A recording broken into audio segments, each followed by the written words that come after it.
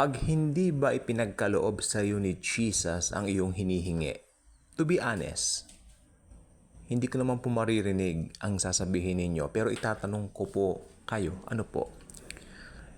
Well, if you wish to put it in the comment section below, maganda. Pero ito, usapang matino. To be honest, dumarating po ba sa buhay ninyo?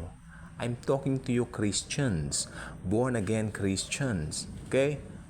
Kapag kami hiningi ka kay Jesus, pagkatapos hindi ito nangyari, nagtatampo po ba kayo sa Kanya?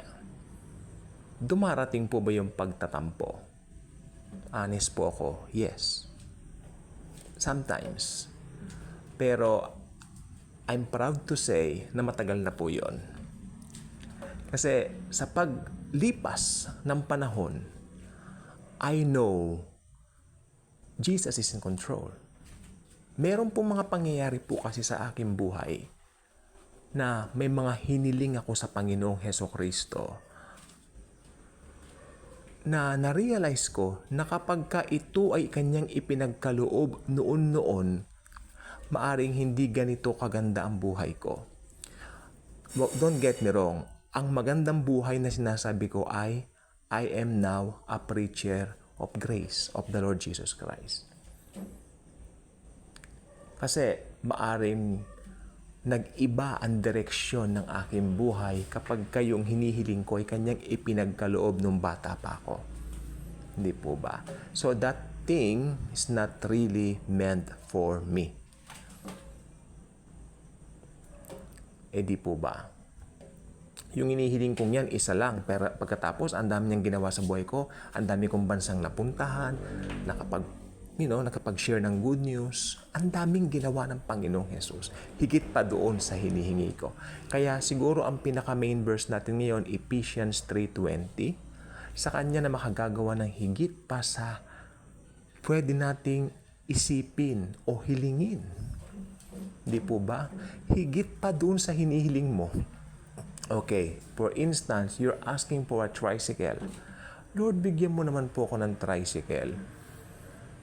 Tapos, ang pinagkaloob sa iyo ni Jesus, kotse or van.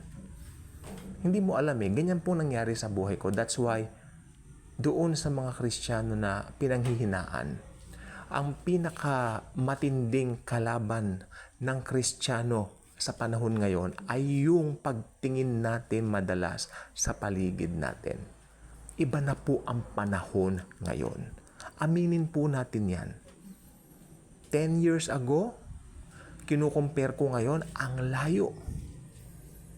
Lalo na nung 15 years ago, medyo bata pa kami noon, ibang-iba po ngayon ang mga kabataan kumpara ng kabataan namin dati. Ang daming pagbabago. So we tend to sometimes frown our faces kung hindi na pagkaloob yung hinihiling natin. Parang nakita ko ang world ngayon, ang mundo po ngayon, punong-puno ng kompetisyon na hindi naman po kailangan maglalabas ng mga bagong gadgets. Kailangan meron din yung mga, especially mga Gen Z, ibang generation na po sila. Thankful po ko, millennial ako. Nung kami mga millennial ng bata, iba ang upbringings namin. Although may mga gadgets na rin po kami that time, but ibang-iba po ngayon. Ibang-iba po ngayon. During that time, ng panahon po namin, nagkaroon po ako ng iPhone 4, masaya na po ako Di po ba? Pero mga ngayon, sobra. Iba po yung dating, iba yung ways. Parang lagi na lang sila nagsasayaw sa kanilang mga reels. Hindi po ba? Iba yung mga kabataan. Nag-iiba po talaga. So, para doon sa mga kabataan na nade-depress dahil wala silang bagong gadget, wala silang bagong ganito, well, ito pong gusto ko pong sabihin po sa inyo. Kasi, ako po ay naging bata rin dati. Pero, thankful po ako, yung kabataan ko, hindi katulad ng kabataan ngayon na sobrang higpit ng kompetisyon. Dala nga po ng makabagong panahon na ginagalawan po natin. Nandito po ang social media. Pero gamitin natin ang platform nito to praise Jesus. Instead na makipagtunggali tayo doon sa mga nakikita natin, magsasayaw isa gagawa din, gigiling-giling din, pero hindi natin alam, may kapakinabangan ba doon na makukuha? Di po ba? Tuwan-tuwa ako doon sa mga Gen Z na nakikita ko yung mga kanilang mga ways ay talagang gusto lang nila simpleng buhay. Marami po. Including me, gusto ko lang po talaga simpleng buhay. Simpleng buhay. Pag naiisip ko po yung mga nakaraang mga taon, nung bata pa po kami, gumagaan at, anong tawag dito? Lumuluwag ang aking paghinga. Kasi parang ang gaan ng buhay. Hindi po ba? Nung araw. Kaya huwag kayong magtatampo sa Panginoon kung kayo ay parang hindi na ipagkaloob. Pag hindi pinagkaloob sa inyo, meron siyang mas better na ipagkakaloob po sa inyo. Jesus knows everything. He knows best. He knows what's the best for each and every individual in the whole wide world. He's the creator of the universe. He's the creator of us all. Ibibigay niya lahat ng makabubuti sa atin.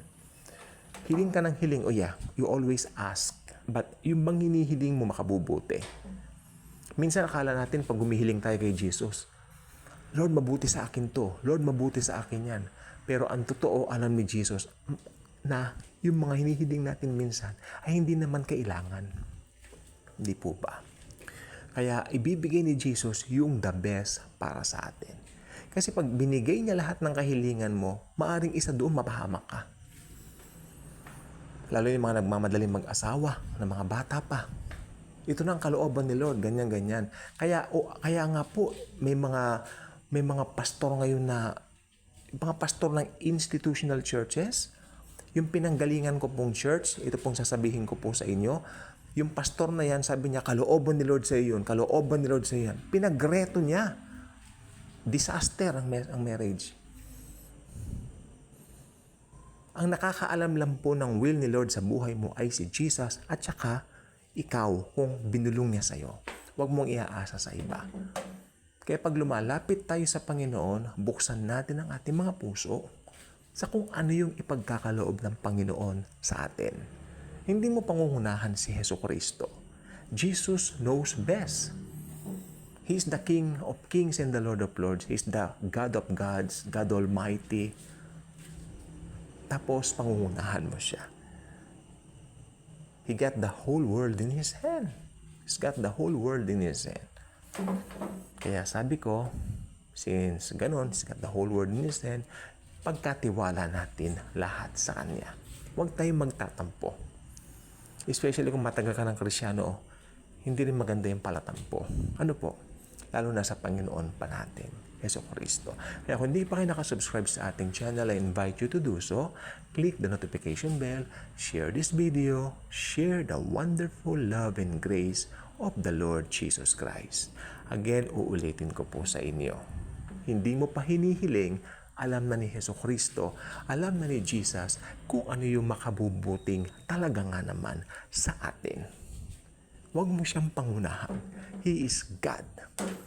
Kaya ang gagawin lang natin ngayon, buksan natin ang ating mga puso at sabihin natin, Lord Jesus, let your most holy will be done sa buhay ko. Be the driver and the pilot of my life because I know you truly love me and you truly cares for me. Thank you, Jesus. Salamat po sa biyaya mo. Ganon. Sabihin natin yan sa Kanya lagi, araw-araw, pagising natin, praise the name of Jesus. I know, Lord Jesus, you will lead me today. At asahan po ninyo, yan po ang gagawin niyang maghapon. Dala ng Kanyang pagmamahal at pag-ibig sa bawat isa sa atin, lalo na po sa ating mga mananampalataya.